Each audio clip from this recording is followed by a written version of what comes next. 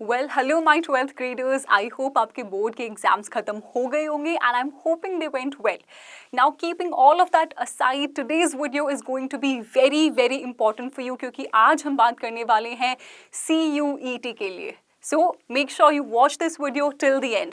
Hello everyone, this is Kirti, your English educator from Planet Spark, and in today's video we are going to cover the exam pattern. Exam pattern के बारे में बात करेंगे CUET के, उसके official English syllabus के बारे में, PYQs का क्या ट्रेंड रहा है, कैसे क्वेश्चंस आते हैं, 60 मिनट्स में आप कैसे सब क्वेश्चंस को अटेम्प्ट कर सकते हो, डेली प्रैक्टिस रूटीन क्या रहना चाहिए, कॉमन मिस्टेक्स क्या है जो बहुत बच्चे करते हैं CUET के एग्जाम में, और एक 7-day क्विक रिविजन प्लान भी मैं आपको देने वाली हूँ. So make sure you stay tuned till the end of the video because it's going to be really helpful for you to score better in your CUET exam. And I hope आप सबकी preparation तो अच्छी चल रही होगी because exam जो है 11th मई से लेके 31st मई के बीच में है.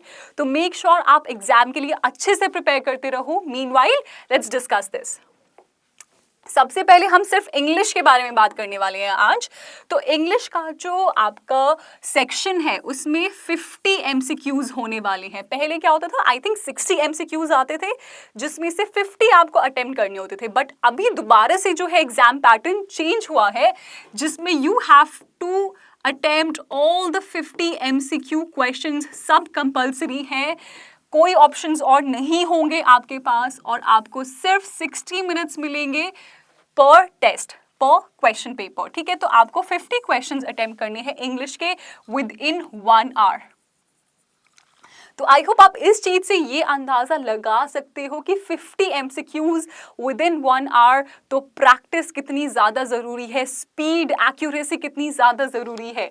अब मार्किंग स्कीम क्या रहने वाली है कि हर एक जो आपका आंसर ठीक होने वाला है उसके लिए आपको मिलेंगे +5, and if the answer is wrong तो उसमें से आपको -1 जो है कि नेगेटिव मार्किंग हो जाएगी. तो +5 for each correct answer, -1 for wrong and 0 for unattempted. अगर आप नहीं अटेम्प्ट कर रहे हो क्वेश्चन तो उसके कोई भी मार्क्स जो है वो डिडक्ट नहीं होंगे. So if you are unsure about any question, you can just leave that unattempted. Now talking about कि मोड क्या रहने वाला है एग्जाम का. बहुत बच्चों को लगता है कि पेन पेपर मोड रहता है, तो that is not true.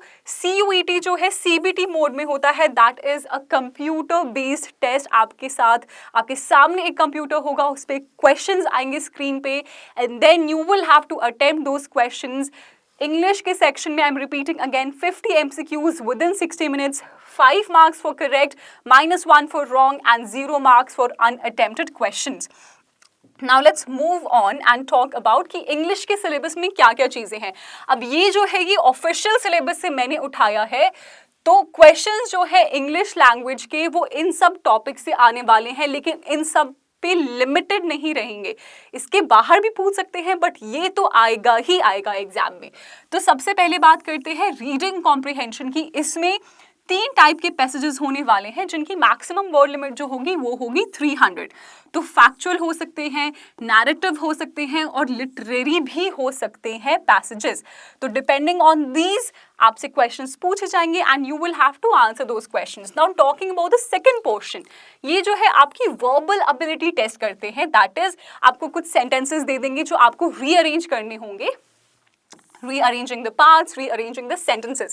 Now second is match the following. आपको कुछ words दे सकते हैं और कुछ sentences दे सकते हैं, and then they can ask you to match it with the correct one. तो match the following type के भी questions आते हैं.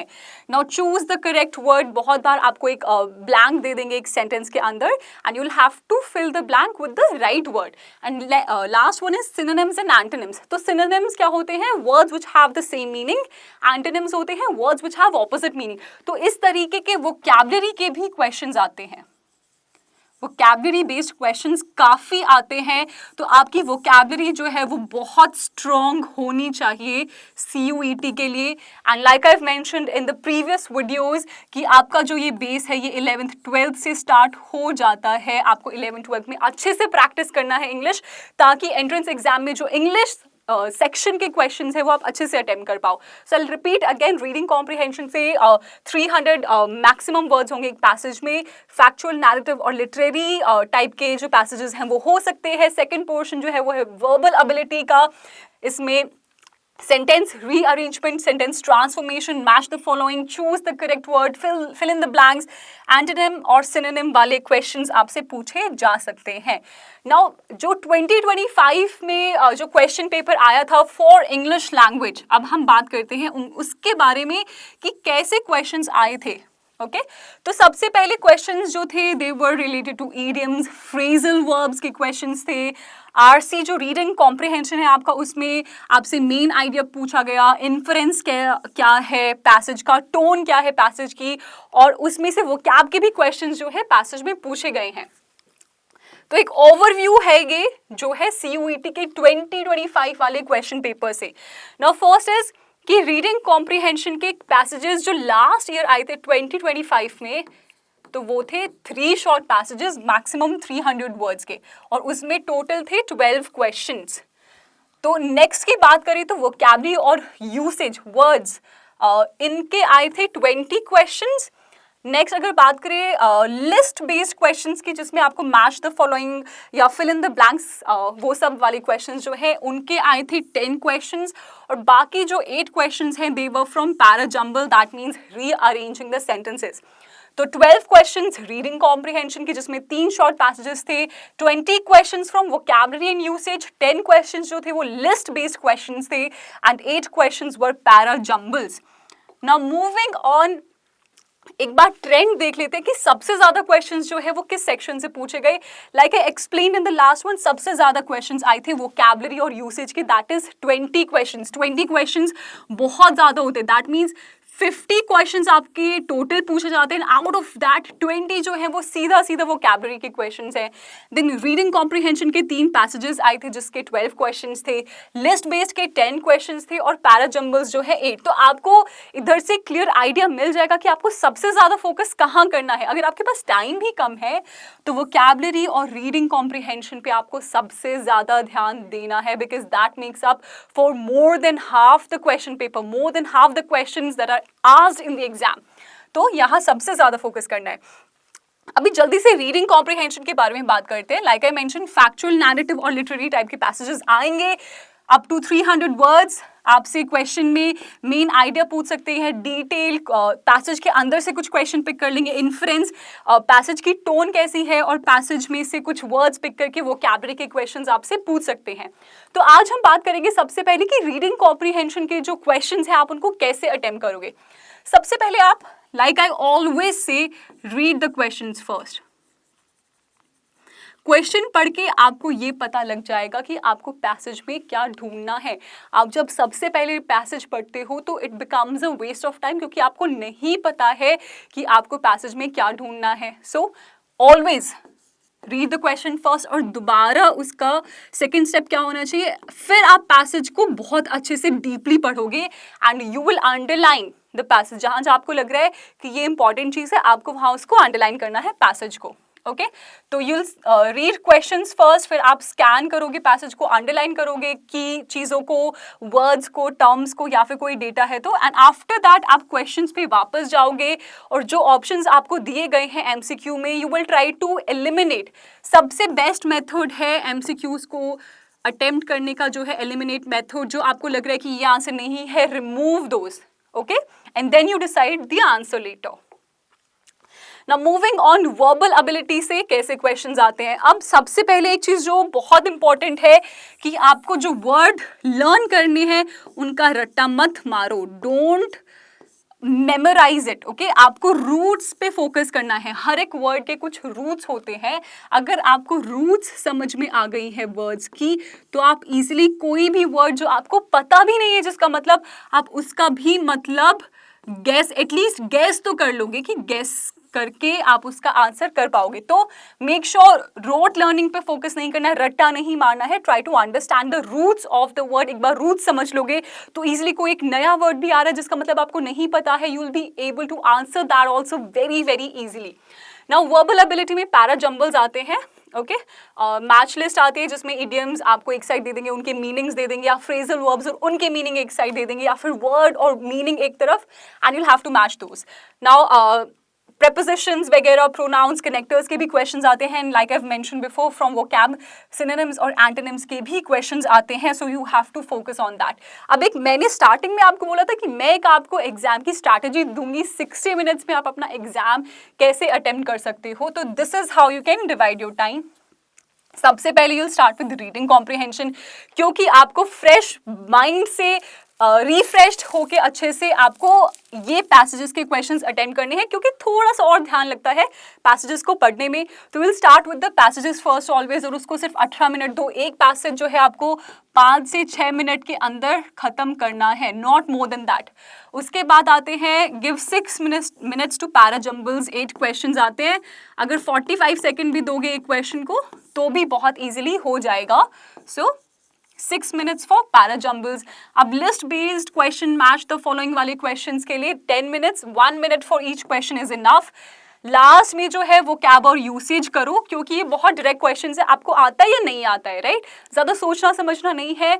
तो 20 क्वेश्चन यूजुअली होते हैं उसमें, जो कि आपको हर क्वेश्चन के लिए 1 मिनट देना है, not more than that, and in total 20 minutes for vocabulary and usage. अब आपको 6 मिनट का एक बफर टाइम रखना है, ताकि जो आपसे बीच में क्वेश्चंस छूटे हैं आप उन पे वापस जा सको, so that you can go back to those questions, या फिर एक रिवीजन हो जाए, आपको पता लगे कि आपने कहीं कुछ एरर तो नहीं किया है। बहुत बार क्या होता है, जल्दबाजी में एग्जाम के स्ट्रेस में हम क्वेश्चन को गलत पढ़ लेते हैं, तो आपको 5-6 मिनट लास्ट की रखनी ही रखनी है, जिसमें एक आप जल्दी से स्किमिंग या स्कैमिंग करो उस एग्जाम पेपर के, और देखो कि आपने आंसर्स जो है वो सही लिखे हैं, क्वेश्चन को ढंग से पढ़ा था। So these 6 minutes of the end are very very important। 18 minutes for passages, then 6 minutes for para jumbles, then 10 minutes for list based question, 20 minutes for vocab, और लास्ट के 6-7 मिनट जो है आपको रखने हैं फॉर रिविजन।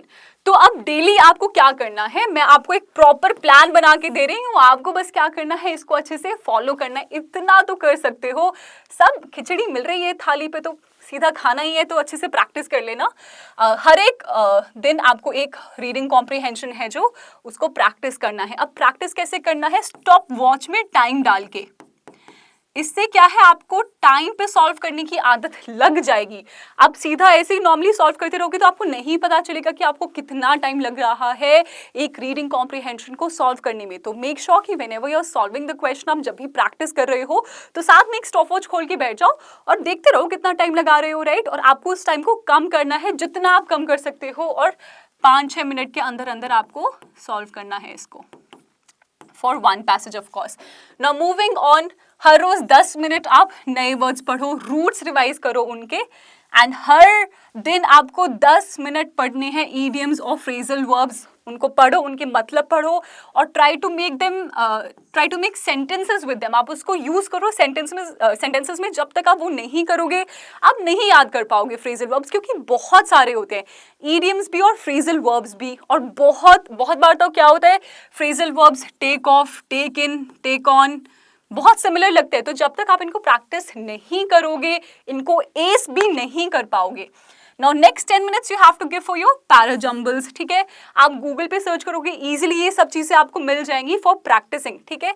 तो जल्दी से आपको क्या करना है, 5 पैरा जम्बल्स को भी प्रैक्टिस करना है, सेंटेंस रीअरेंजमेंट को, and the last 5 minutes for error, ठीक है? कि कोई भी आप देखो आपने जो भी मिस्टेक्स की हैं उसमें कोई ग्रामर रूल जो है अगर आपको मिल रहा है तो आप उसको पढ़ो, उसको प्रैक्टिस करो, जो भी एरर्स किए हैं उनको फिक्स करो।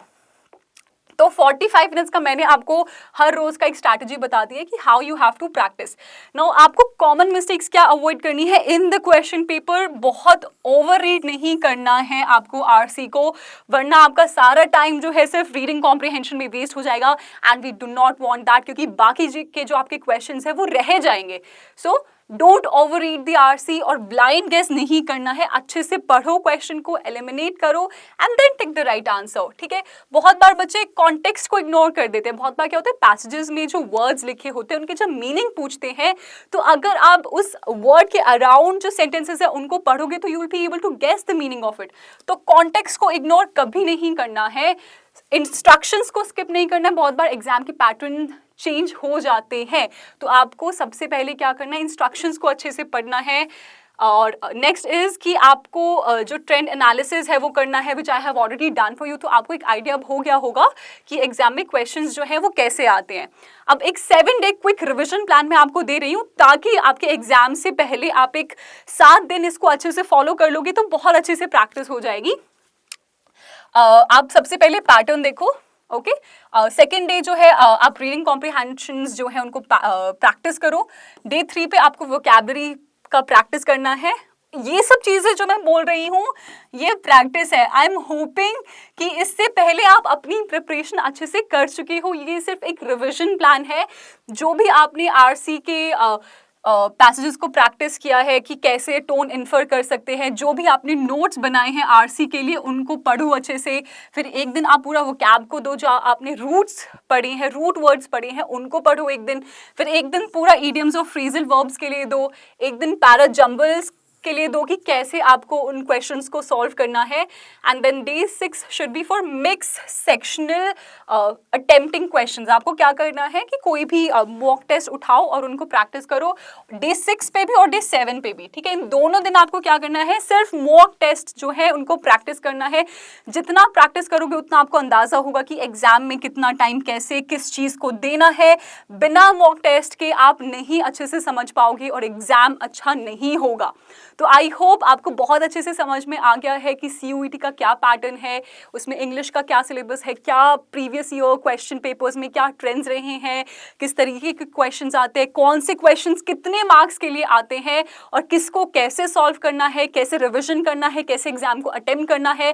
We have talked about all of that. So if you found this video helpful, make sure आप अपने सभी फ्रेंड्स क्लासमेट्स के साथ ये शेयर करो जो CUET के लिए कोई और एंट्रेंस एग्जाम के लिए प्रिपेयर कर रहे हैं। And make sure to subscribe to the channel for more such updates like this.